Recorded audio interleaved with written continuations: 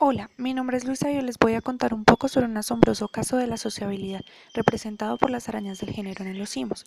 Varios científicos han sido atraídos por las conductas sociales en diferentes taxones del reino animal, hasta el punto de analizar tales patrones comportamentales desde una sola disciplina, denominada por Edward Wilson como sociobiología, la cual integra la etología y la genética de poblaciones con la sociología clásica y la psicología comparada.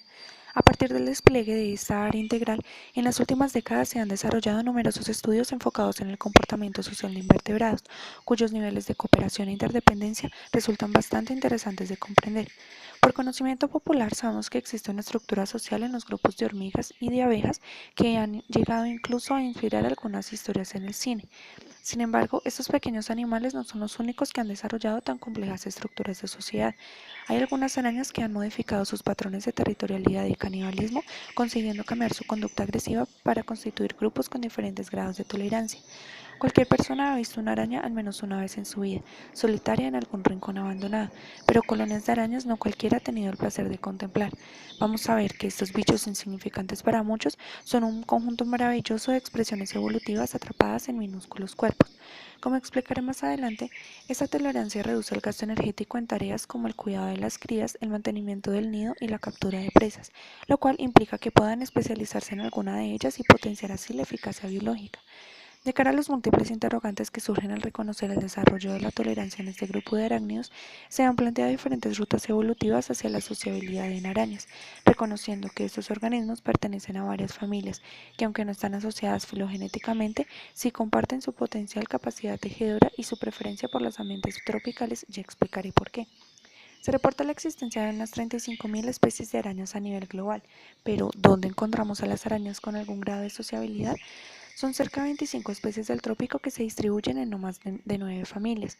Entre ellas está la familia Terie, en la que se clasifica el género Anelocimos, que nos interesa para este trabajo dado que agrupa varias especies sociales y por tanto ha servido como modelo para estudiar este interesante caso de sociabilidad, modelo enfocado en la especie representante Anelocimos eximios y abordado por varios científicos entre los que destaca la bióloga Leticia Viles. De manera general, se puede plantear que la diferencia entre las arañas comúnmente conocidas y las que experimentan cierto grado de sociabilidad es el hecho de que estas segundas comparten territorio y desarrollan sus actividades en conjunto, mientras que las primeras presentan hábitos totalmente opuestos. Este es un primer criterio de clasificación de las arañas sociales que permite distinguir especies territoriales o no territoriales que se diferencian respectivamente por las agregaciones de telas por varias generaciones o solo una. Por otro lado, se distinguen también especies de sociabilidad periódica y sociabilidad permanente, que en este orden se diferencian por la agregación de sus miembros durante una parte de su ciclo de vida o el ciclo completo.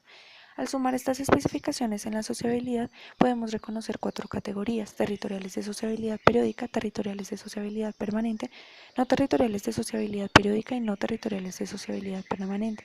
Sin embargo, al estudiar el género en los simus, solo se revisan especies no territoriales, cuyas categorías toman nuevos nombres, las subsociales y las sociales.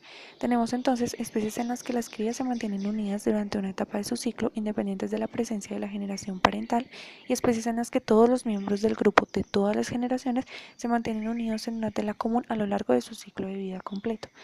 Se podría decir que las arañas, aunque son organismos de poco tamaño, han logrado conquistar todos los posibles nichos ecológicos del planeta. Sin embargo, no podemos dejar de reconocer que la geografía es un elemento determinante de las condiciones medioambientales de un lugar y con ello un factor influyente en la presencia de determinados grupos.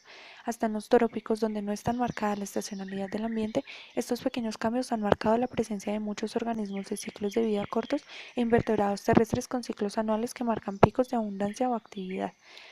En el caso de las arañas que desarrollaron patrones de vida en comunidad, se encuentra una distribución preferente por las regiones tropicales del mundo, con casos como las colonias de la especie social Anelocimos eximios, que se mantienen por muchos años en el mismo sitio sin reducir su actividad en las temporadas secas, y esto es lo que hace rentable la cooperación entre individuos. Como ya se mencionó, entre los beneficios de la vida en comunidad se destaca el ahorro de energía y de recursos que se da al compartir los hilos de sostén. Estos beneficios se manifiestan solo en donde abundan las presas grandes y en donde el costo de producción de las telas sería mayor fuera de la asociación, y esto es a grandes rasgos lo que explica que su distribución sea exclusivamente tropical y subtropical. Además de esta hipótesis ligada al tamaño de la presa, algunos estudios reportan que la altitud es también un factor determinante para el desarrollo de organismos sociales. Es una segunda hipótesis que está ligada a la sobrevivencia de la maternidad, la cual está determinada por factores asociados a la depredación y a los niveles de precipitación. En tierras bajas se incrementa la posibilidad de que el cuidado parental característico de esos organismos se reduzca o se pierda, por lo que en estas altitudes predominan las especies sociales cuya organización es resistente a estos impactos. Además de la relación entre los ambientes tropicales y la disponibilidad de presas grandes durante todo el año, existen otros factores que entran a participar en la preferencia de las arañas sociales por estos medios. Entre estos se puede resaltar el incremento de la intensidad en la competencia en estos ambientes que generan las arañas la necesidad de expandir sus nichos. Hay también mayores riesgos de predación, lo cual se ve compensado con cuidados maternales más desarrollados y mecanismos de defensa más amplios. Se destaca también que la frecuencia de lluvias en los trópicos es un factor influyente, dado que incrementa la vulnerabilidad de las telas y por tanto resulta más rentable compartirlas con otros individuos. Todo esto permite que puedan permanecer en un sitio por largos periodos sin importar la leve estacionalidad de los trópicos, favoreciendo la longevidad de sus ciclos de vida y con ello que las poblaciones persistan por varias generaciones. Se ha hecho evidente que la vida en los trópicos lleva consigo algunos costes más altos de cuidado y mantenimiento de los individuos y sus hábitats, pero ante esto han evolucionado algunas especies que se fortalecen a través del desarrollo de tareas en conjunto. Sin embargo, para entender cómo es que interactúan estos organismos es importante reconocer primero la anatomía funcional de los mismos. Nos preguntamos entonces, ¿cómo se ven por fuera las arañas? De manera general vemos que su plan corporal está conformado básicamente por dos partes, una anterior denominada prosoma o cefalotórax y otra posterior denominada opistosoma o abdomen, que están unidas por un pequeño segmento conocido como el pedicelo. Al prosoma están anclados 6 pares de extremidades, un par de quelíceros, un par de pedipalpos y 4 pares de patas marchadoras, que funcionalmente presentan un diseño que permite la locomoción, la captura de alimentos y la exposición sensorial. En cuanto al opistosoma, se encuentra que por lo general no está segmentada, pues es más como una bolsa que lleva en su parte posterior que alberga sistemas que permiten el desarrollo de tareas involuntarias, tales como la digestión, circulación, respiración, excreción y la producción de seda. Encontramos también que el prosoma está recubierto por un caparazón en la parte dorsal y por un esternón en la parte ventral, y que tienen de particular la astéride. Ellas se distinguen de las demás familias por diferentes estrategias de captura. Se ha visto que los miembros de esta familia construyen telas irregulares con hilo que suspenden de manera invertida mientras esperan la llegada de una presa. Cuando esto ocurre, ellas la cubren con la seda y con la acción de sus patas posteriores, cuya capacidad se debe a que los tarsos de ellas presentan una línea de 6 a 10 cerdas curvas que constituyen un peine propio de la familia. Además del peine, estas arañas se pueden distinguir porque presentan patas largas con espinas pequeñas recubriendo la tibia y el metatarso. Los quelíceros por lo general son muy robustos y tienen desarrollado margen dentado. Los dentitos apenas convergen y la altura del clípeo no excede la mitad del área ocular. Pasando ahora al género en los simos, no se tiene mucho que decir, ya que muchos caracteres se han definido antes por el simple hecho de ser arañas y pertenecer a la familia Theridae. Sin embargo, se tiene que los miembros de este género son distinguidos porque la forma del bulbo del palpo del macho presenta una variación significativa. Hay una reducción del colulo marcado por dos pelos apicales y presentan además dentado el margen posterior del quelícero. Ahora, siguiendo con la morfología que tienen adentro, en el prosoma se encuentra que dentro de este descansa el sistema nervioso central, parte del tracto intestinal, un par de glándulas venenosas y una musculatura extensa en las extremidades, la faringe y un estómago succionador. Se debe destacar en estos arácnidos que el esófago es muy estrecho. Además de esto, se puede reconocer como particular en este grupo el origen del intestino medio que se extiende en el prosoma e incluso alcanza a entrar en las coxas de las patas marchadoras. También se encuentran unas prolongaciones derivadas similares al intestino que llenan el abdomen, pero allí son divididas en muchos lóbulos. Pasando ahora con los órganos internos del opistosoma, se encuentra que el intestino entra a través del estrecho pedicelo y muchas ramas lobuladas derivan de este tracto antes de su ensanchamiento. A partir de este punto, un intestino posterior se conecta al ano y entre las ramas derivadas del intestino se hallan las arterias abdominales y el corazón. Pasa igual con los tubos de Malpighi que desembocan en la bolsa estercoral y los órganos respiratorios, los órganos reproductivos y varias glándulas que están conectadas a los pezones hiladores mediante largos conductos. ¿Y cómo funcionan? No entraré en detalle con respecto a la dinámica interna de las arañas, más allá de relacionar los diferentes órganos con el sistema al que corresponden, porque en realidad lo que interesa para entender la complejidad de estas arañas está ligada al sistema nervioso glandular y reproductor, que son los asociados directamente con la interacción entre individuos. Tenemos entonces que estos organismos presentan digestión interna, su sistema circulatorio es abierto y la mayoría tienen dos tipos de sistema respiratorio. Y bueno, dado que el comportamiento de cualquier animal es controlado por el sistema nervioso central, para entender los patrones de sociabilidad de las arañas es importante entrar a revisar su neurobiología, aunque antes es importante revisar una característica a resaltar en las arañas que es su toxicidad, útil para la inmovilización rápida de sus presas. La secreción de sustancias tóxicas requirió de un desarrollo de estructuras glandulares que están ubicadas en la parte interna del prosoma, haciendo conexión con los quelíceros. Con respecto al veneno secretado, se encuentra que es un conjunto de sustancias, principalmente de polipéptidos neurotóxicos, además de aminas biogénicas y enzimas proteolíticas, cuyo efecto consiste en la aceleración del ritmo cardíaco, incremento de la presión sanguínea, dificultad para respirar y parálisis, y en algunos casos el efecto es letal, lo cual es dado por asfixia ante la parálisis de los músculos asociados a la respiración.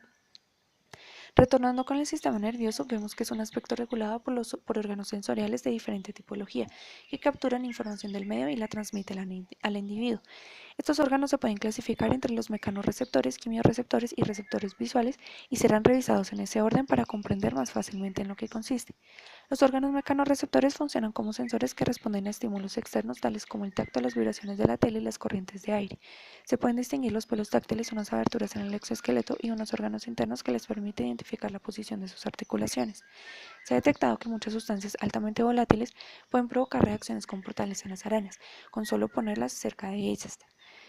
Estos órganos, los quimiorreceptores, son utilizados principalmente para la búsqueda de pareja durante su etapa reproductiva y para el reconocimiento de presas y enemigos. Estos descubrimientos sin duda sugieren que las arañas tienen capacidades olfativas gracias a los órganos tarsales y capacidades gustativas gracias a los pelos quimiorreceptores. La mayoría de las arañas tienen 8 ojos, organizados en 2 o 3 filas frontales de tipo primario o secundario. Sin embargo, a pesar de esta complejidad, en la mayoría de las arañas el sentido de la visión no juega un papel tan relevante en el comportamiento como lo que se ha relatado hasta ahora, puesto que ellas son más activas en la noche y, por tanto, mientras están desarrollando sus actividades, dadas las condiciones ambientales, los sentidos del tacto y la recepción química son más útiles para ellas. El estudio de las especies hasta ahora descubiertas contribuye al entendimiento de los factores filogenéticos y las rutas evolutivas que darían lugar a los distintos tipos de sociabilidad en arañas. Frente a ello, se ha planteado que la tela de captura es una preadaptación para estos tipos comportamentales, dado que constituye un medio de comunicación, facilita la unión e incorpora un incentivo para la cooperación por los costos que implica su construcción. Por otra parte, se ha mostrado que las telas orbiculares establecen un límite para la evolución de comportamientos en sociedad, dado que su configuración simétrica no permite la participación de más de un individuo en ninguna actividad. Todas estas estructuras son posibles gracias a la capacidad que tienen de secretar un material resistente a la extensión y la rotura, que no ha sido diseñado por ningún humano hasta ahora. Se trata de la seda que conforma las telarañas, seda que soporta el peso de las arañas y el de las presas, el embate del viento y la acumulación de gotas de agua. Esto ha generado curiosidad por saber cómo se produce una seda tan resistente en el interior de estos pequeños animales, además de entender cómo se produce el hilo a partir de un líquido en tan poco tiempo. Existen diferentes tipos de glándulas de seda, que a su vez secretan productos diferentes que varían en su funcionalidad. Estas glándulas, independiente de su tipo, se encuentran en el abdomen y confluyen en los 3 pares de pezones hiladores, anterior, medio y posterior, que a su vez se abren hacia el exterior en forma de minúsculas espigas. De acuerdo a su función, se encuentra que las que llegan al pezón anterior, las piriformes desarrollan discos de fijación, mientras que las ampulares sirven para la formación de hilos de arrastre y de trama. Estas últimas llegan también al pezón medio, donde convergen con las glándulas aciniformes y tubulares que respectivamente sirven para la formación de hilos, redes de esperma y sacos de huevos y capullos de seda. Las 2 glándulas que solo se han relacionado con el pezón medio convergen también en el pezón posterior junto a 2 glándulas adicionales, las agregadas y las flageliformes, que respectivamente sirven para la producción de espirales pegajosas y para la formación de hilos axiales en estas espirales. Ya para terminar, sin ser menos importante, hay que resaltar el sistema reproductor, porque gracias a este es que se dan interacciones necesarias para la preservación de las especies. Vale la pena resaltar que sus patrones de sociabilidad hacen innecesarios patrones fuertes de cortejo y además el cuidado parental presenta ciertas modificaciones en estos grupos. Recordemos que uno de los elementos de clasificación de las arañas sociales está ligado a la agregación de los miembros de una colonia respecto a sus respectivos ciclos de vida. Los cuidados a los que se hace referencia implican la alimentación de las crías de parte de la madre, ya sea porque le acercan la comida o sencillamente le dan señales de dónde puede encontrarla. El alimento proporcionado debe estar listo para su consumo, por lo cual, si contiene partes quitinosas o difíciles de ingerir, las crías lo que hacen es que devuelven el alimento compartido. Además de ello, otra función del cuidado de las madres es la defensa ante predadores y parásitos, sin omitir la reparación de sus nichos, dado que las crías jóvenes no tienen la energía suficiente para desarrollar estas tareas. A lo largo de este trabajo fue posible evidenciar los múltiples factores asociados a las arañas anelusimos que han atraído la atención de numerosos científicos. Vemos que la sociabilidad que se ha desarrollado en este género es muy diferente a la que comúnmente se conoce en abejas y hormigas, pero no por eso deja de ser interesante dentro de cualquier contexto. Elementos que debemos destacar a la hora de revisar la sociobiología de arañas es que ellas evolutivamente han encontrado diferentes mecanismos que tienen una relación costo-beneficio muy provechosa para ellas. El hecho de compartir telas en cualquier grado de sociabilidad ya les asegura un refugio más resistente a factores medioambientales, les asegura la alimentación así no participen en la captura de presas y les aporta elementos que favorecen el cuidado de sus crías y con ellas el cuidado de próximas generaciones de su descendencia.